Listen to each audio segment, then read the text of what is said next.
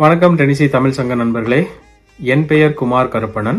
தினம் ஒரு திருக்குறள் வரிசையில இன்னைக்கு நாம பார்க்க போற குறள் அறத்துப்பாலிலிருந்து அதிகாரம் 6 வாழ்க்கை துணை நலம், குறள் எண் 59.